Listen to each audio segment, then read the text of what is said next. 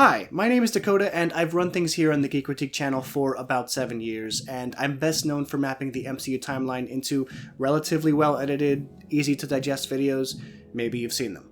Before my time on YouTube, I spent several more years mapping the MCU timeline, and altogether I have about a decade's worth of experience in this particular field of study. Outside of the MCU timeline, I've more recently dabbled in timeline work for other fictional properties like Star Wars, James Cameron's Avatar, and the DCEU. I've discovered that the original order of events in Miyazaki's My Neighbor Totoro is different from that of the final films.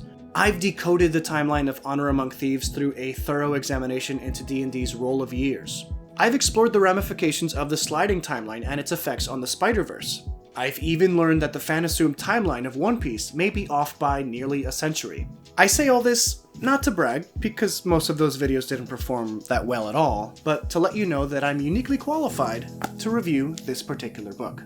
After this, I have plans to tackle timelines from the likes of Frozen, Monsterverse, Avatar: The Last Airbender, and more. But my primary practice is, and always has been, making sure that the MCU timeline is sorted into a logical order, a comprehensive chronology that's easy to follow, one that's backed up by the films and series within it. And that's why this book, Marvel Studios' The Marvel Cinematic Universe, An Official Timeline, is such a big deal to me. Well, I've now read it, from cover to cover. While it was amazing finally seeing all these events from over 15 years worth of filmmaking explored chronologically in a book, it left me desiring a lot more from a project of this size. This is going to be an honest review, brutally honest in some cases, but please understand that I'm coming at this from both logical and emotional standpoints. While I've invested much thought into this over the years, it's also become a labor of love for me as time's gone on. That's not to say there isn't anything to love about this book. There's plenty that I do, but there are big moments where I feel the book is tonally inconsistent with itself, or that it falls flat in terms of how much thought went into the placement of specific events. Anyway, I have a lot to say, so let's get into it. If you're excited about my review, please let me know by clicking that like button, and consider subscribing if you enjoy timeline-based content. Also, apologies that this review is out so late. I really wanted to get this video out to you guys sooner, but I needed to read it from cover to cover first, and this thing is unnecessarily large. I spent several months trying to contact DK Books for an advanced review copy, messaging several different publicists and PR agents through several different personal and professional emails, offering reviews for several different outlets that all met their criteria. And I was met with radio silence. I never got a reply. And that won't factor into my overall review, but I have to admit that it soured my initial experience. And it's the reason why this review is out so late. Oh well. Here's how this review is gonna work. First, we're going to explore what this book is and what it is not, by comparing it to the superb Star Wars Timelines book that was released earlier this year. Then, I'll dive into what I liked about the book and what stood out to me as good choices. After that, I'll discuss what I disliked about the book, of which there's plenty. And finally, I'll discuss the timeline itself and how I feel about any substantial changes or clarifications therein. Spoiler alert, I have very strong opinions that I'm saving until the end of my review. But to get a full picture of the book's value for yourself, I recommend watching the whole thing without skipping ahead.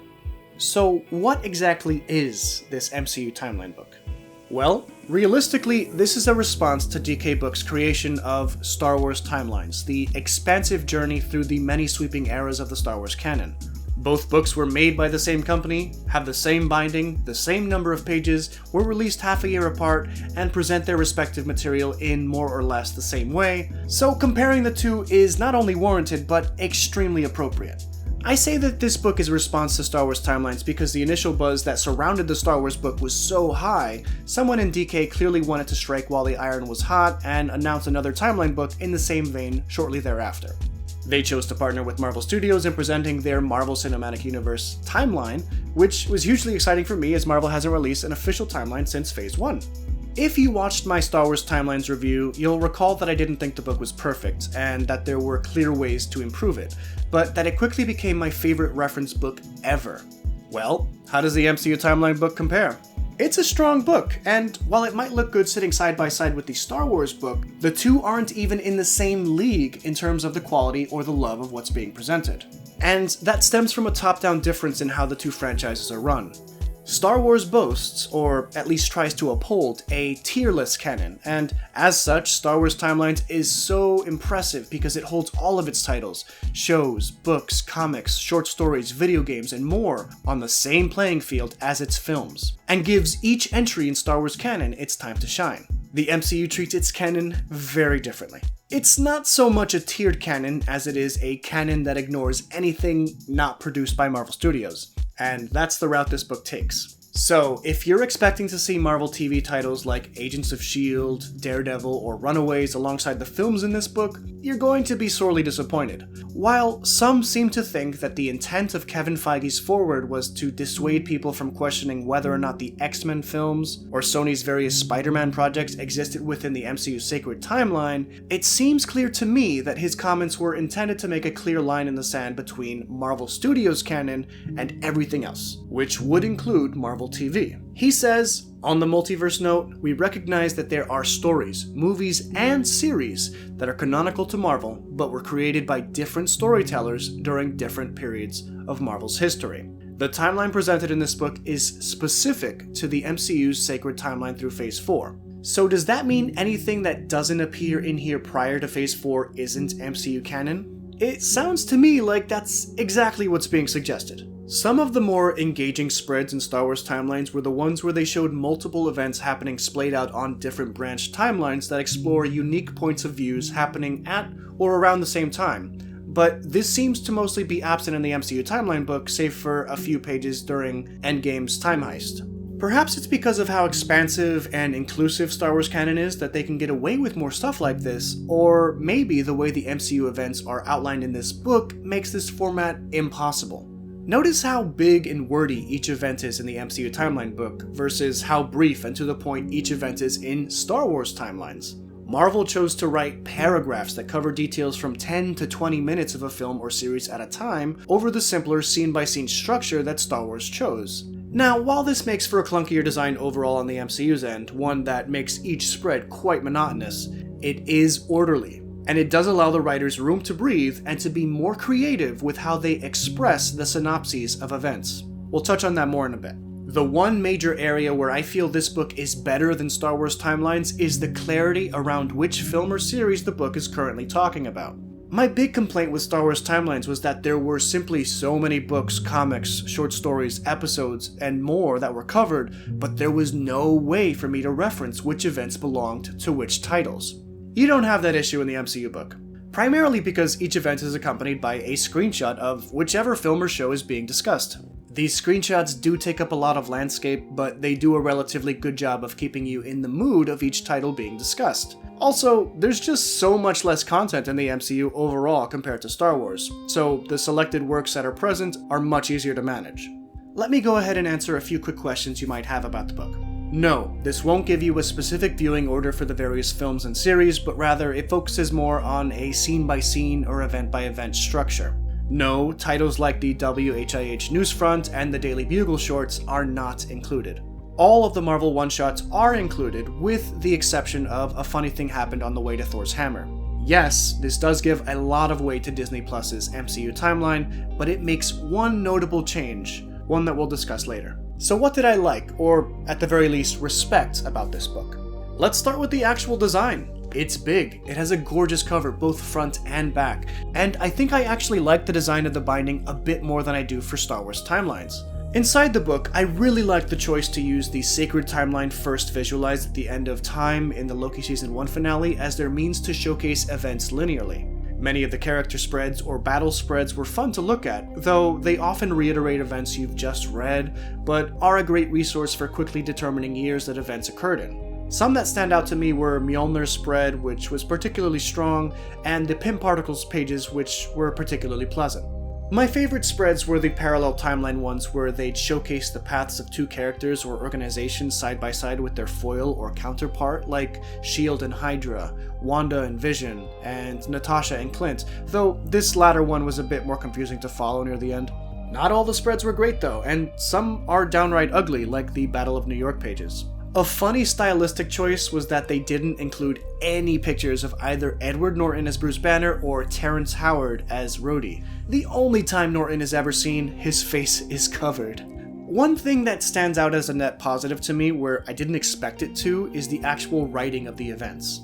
Anyone who's ever written synopses for wiki articles or has had to summarize events into their own words for videos or essays knows that it can get so tedious. While it's a rewarding experience after it's complete, I know firsthand how daunting a task of this scale would be for the writers.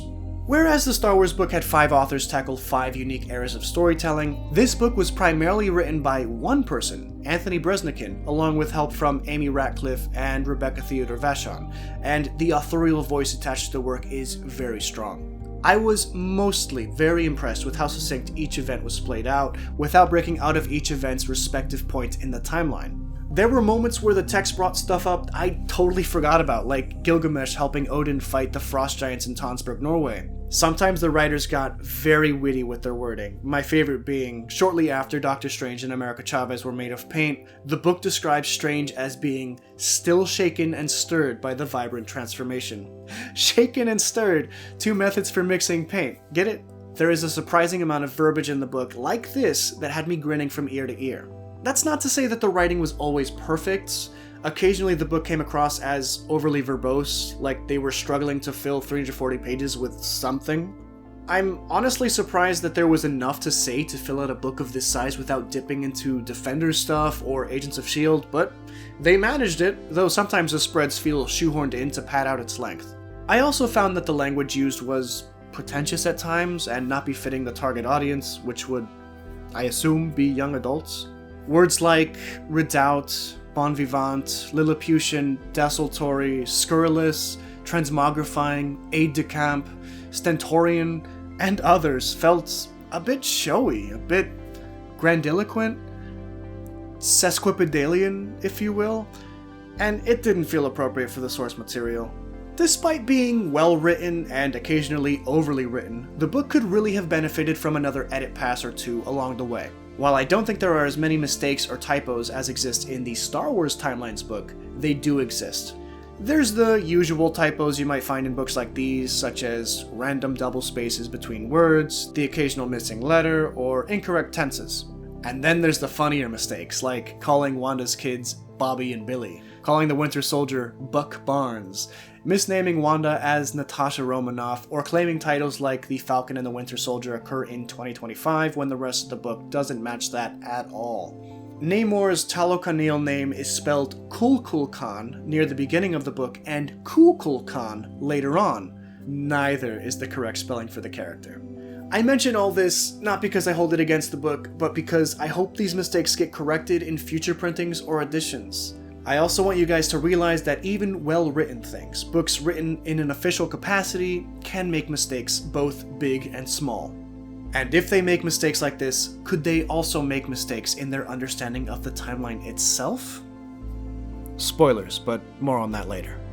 The general reading order of the page-by-page spread is typically very simple.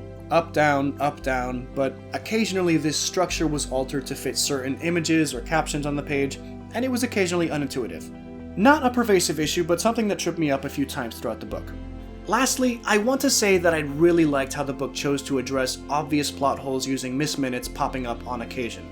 Utilizing the popular TVA clock character to highlight mistakes that may have found their way into the films or explain potential retcons introduced along the way, this was an inspired decision. It's the best possible way to talk to the audience in both a metatextual and in-universe way, which helps smooth over several issues. Most films or shows don't even receive one misminutes pop-up, but beautifully and hilariously, Spider-Man Homecoming received 4 misminutes inserts. I thought this was brilliant. Thought being a past tense verb, because now we'll transition into things I actively disliked about the MCU Timeline book.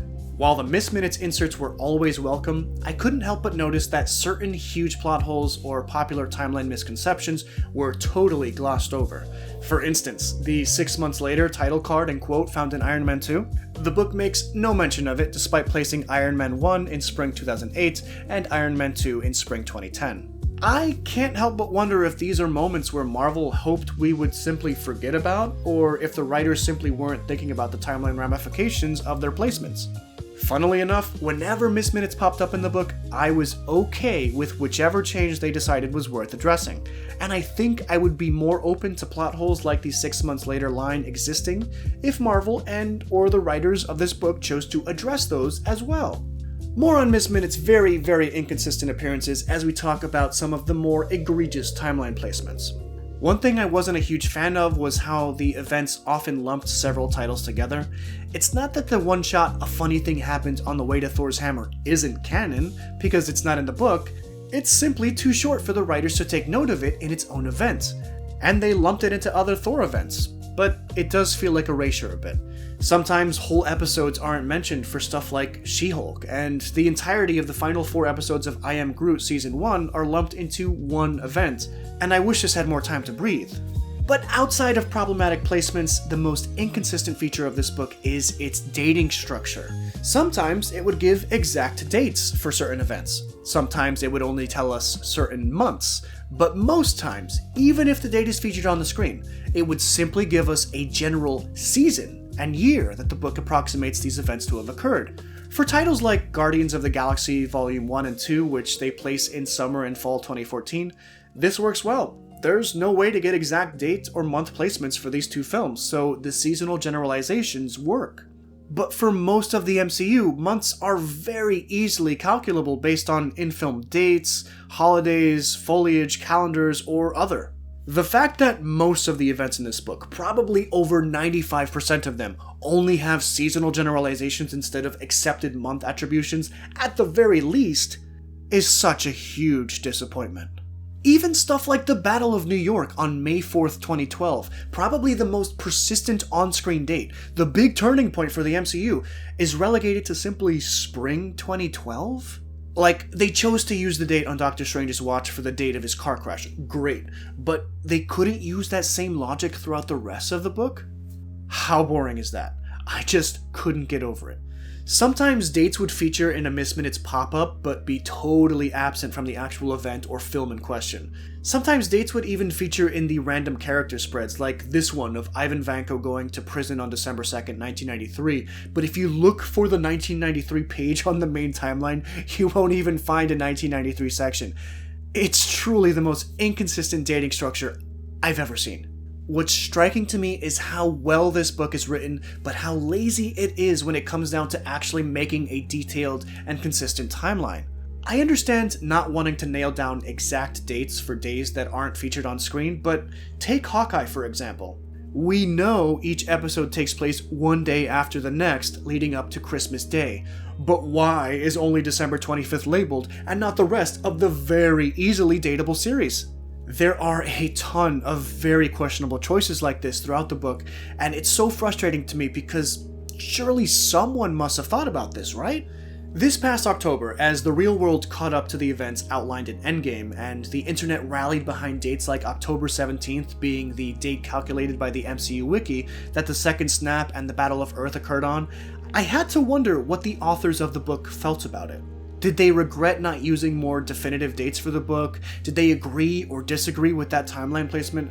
Was there a collective, whoops, missed that one, in the writers group chat? And what a missed opportunity to release the book just 1 week earlier to line up with the very day the Avengers won against Thanos. There's a lot of missed opportunities in this book, but that could have been such a great marketing scheme for this. Before we go into all the new timeline changes or inconsistencies with the various timeline placements, let me introduce you guys to a project from someone who genuinely cares about making cool, engaging timeline content. This video isn't sponsored, but I was sent a copy of this card game called Continuity by Benson Ferris, which features timeline-based event cards from over 300 popular franchises. The goal of the game is simple. You shuffle the deck, the multiverse is in disarray, and you and your other players need to try and get each card in as chronological a placement with each other as you can. From The Good Place all the way to The Hitchhiker's Guide to the Galaxy, from Casablanca to Men in Black. This game really does have it all, and trying to piece their timelines together through a tabletop game is such a genius idea. This is a project I really hope takes off, so if you're at all interested, click the link in the description to order a copy for yourself. Now we'll transition into actual timeline changes the book makes, or placements that the book clarifies. As I read the book, I kept having the odd notion that I felt a bit like Ron Swanson walking through Home Depot and being offered help. Hi there. Is there a project you're working on? I know more than you. Phase 1 of the MCU is notoriously impossible to pin down perfectly. It's been retconned back and forth so many times it doesn't make much of a difference. Iron Man, originally in 2008, later retconned to 2009, then 2010, is now back in 2008, which fits a quote from Vision in 2016. As I mentioned earlier, placing the 3 films that comprise Fury's big week in 2010 causes the 6 months later line to be impossible. I personally placed these 3 movies, Iron Man 2, Thor, and The Incredible Hulk, in 2011 on my timeline, so that it best fits comments in 2012's Avengers, where Fury claims the events of Fury's big week happened the previous year. That said, 2010 seems like a happy medium. I have no issue with this. It was always going to be wrong one way or the other, so this is fine. I do take issue with the fact that the book addresses neither of these plot holes through Miss Minutes inserts, though. I also have an issue with placing Iron Man 3 after Thor: The Dark World, however. Iron Man 3 is unique as they clearly spent a lot of time calculating the dates each event occurred, based off of the newspaper dated to December 23, 2013. Many of the Iron Man 3 events outlined in the book are given actual dates, which I would give the writers some credit for had they kept that level of enthusiasm throughout the rest of the book. However, they don't, and they also don't register the big timeline fumble the film makes by placing the events 13 years after December 1999. Because what is December 1999 plus 13 years? Here's a hint. It doesn't add up to December 2013. There is no Miss Minutes correction. They place Ant-Man in summer 2015, which is fine if you prefer to follow the WHIH Newsfront's chronology, but the October 2015 date featured later in the film goes completely unmentioned by the book. Placing it in summer also invalidates Cassie's age in Quantumania, but I'd rather not get into that mess in this video. I don't really care that they don't mention the March or April dates seen throughout Captain America: Civil War, but the implications of how they generalize the seasons for the films that follow it, namely Black Widow and Black Panther, I really, strongly disagree with. We know Black Widow happens a day or two after the events in Civil War, and instead of continuing with the spring 2016 logic from Civil War, they give the film a very non-committal spring and summer 2016? This is impossible, and I'll explain why in just a moment. The following title, Black Panther, which begins a week after King T'Chaka is killed in Civil War, is relegated to summer 2016. The final scene in Black Widow, when she helps break Team Cap out of the Raft prison, occurs 2 weeks after the main events in her film, so this would place the breakout in summer 2016 by the book's logic. But now, let's think. Scott Lang was recaptured and put under house arrest for how long? 2 years, right? Then his section in Ant-Man and the Wasp, which occurs several weeks before Avengers: Infinity War, must also read summer 2018, right? No, the book correctly places Ant-Man and the Wasp and Infinity War in spring 2018. But this invalidates all the seasonal dates in 2016 because this means significantly less than 2 years elapsed between his breaking out of the raft and being under house arrest for 2 years. It's nonsense, and of course Miss Minutes is absent once again. They placed Doctor Strange's climax in 2017, and I guess this works.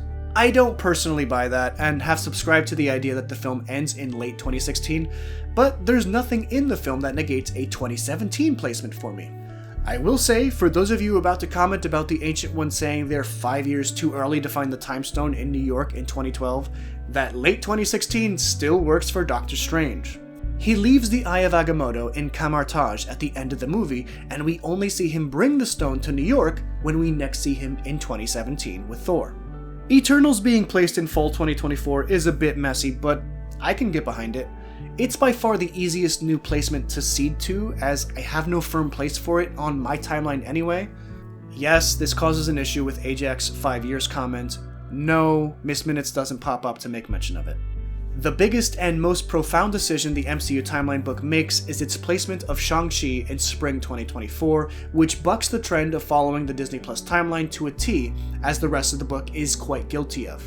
We know that Shang-Chi and the Legend of the Ten Rings revolves around the Qingming Festival in early April, but Disney Plus has had it positioned after The Falcon and the Winter Soldier and Far From Home for years now. Only after this book was released did Disney Plus quietly move Shang-Chi earlier on their timeline. This tells me that the Disney Plus timeline is not infallible, and if you use a bit of thinking, you could poke holes in it left and right.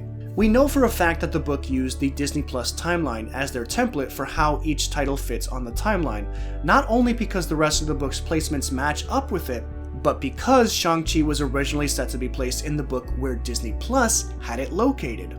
Notice how the page numbers between the Falcon and the Winter Soldier spreads through the Far From Home spreads are labeled earlier than they actually appear in the book. Basically, they originally had Shang-Chi after these titles, and once they corrected it to be before them, they never adjusted the glossary to match the new pages. This gives me hope that future printings of this book will further correct Disney Plus's timeline mistakes, but most likely they'll double down on what they already have. One of the crazier decisions the book makes is suggesting that She-Hulk got her powers the year prior to the events in her show. There's nothing in the series that would lead anyone to that conclusion, but I ultimately don't have an issue with it. I do believe placing the finale in fall 2025 undermines the date featured in the show's actual finale of August 16th, but hey, no missed minutes, no problem, am I right? I did like how they had Jennifer Walters break the fourth wall in the book to tidy up her own finale though. That was a really nice touch. The book decided to go with Moon Knight as being placed in spring 2025 as opposed to 2024 like I placed it on my timeline. My logic is that the days of the week featured link up with a very specific moon cycle that the show presents, and that it closely aligns with my placement of Thor: Love and Thunder, also in 2024. There is no mention of the moon cycle in this, no missed minutes pop up, and I'm not going to bother wasting any more thought on thoughtless placements. And then, of course, there's probably the most egregious placement, Thor: Love and Thunder in fall 2025. Outside of the fact that this proposes Groot went from an adolescent to a young adult in less than a few months, this throws away the logic found in Avengers: Age of Ultron, Captain America: Civil War, and Thor: Ragnarok, that Thor was off-world for 2 years between 2015 and 2017, which is coincidentally the date range that the book has Jane and Thor dating. No, you guessed it, Miss Minutes doesn't clarify this one either. Oh well. For the record, placing Thor: Love and Thunder in spring 2024 fixes every single one of the timeline-related issues with this movie. Finally, they place Werewolf by Night on Halloween instead of shortly before the new year, as is suggested by the Latin in the beginning of the special. This is fine. At this point, I kinda just give up on all this making sense. By now, it should be clear to you that there's a divide between how Marvel wants their timeline to be understood and how people are actually understanding it based on all the clues present. If they want us to believe that titles exist on the timeline where they say they do, but we're discovering a plethora of clues that weave throughout their titles that tell a very different story, something clearly isn't working. Either the person in charge of keeping track of the timeline isn't doing their job to the level of dedication that the fans are, or too much is changing behind the scenes for the intended logic to carry through to the final product.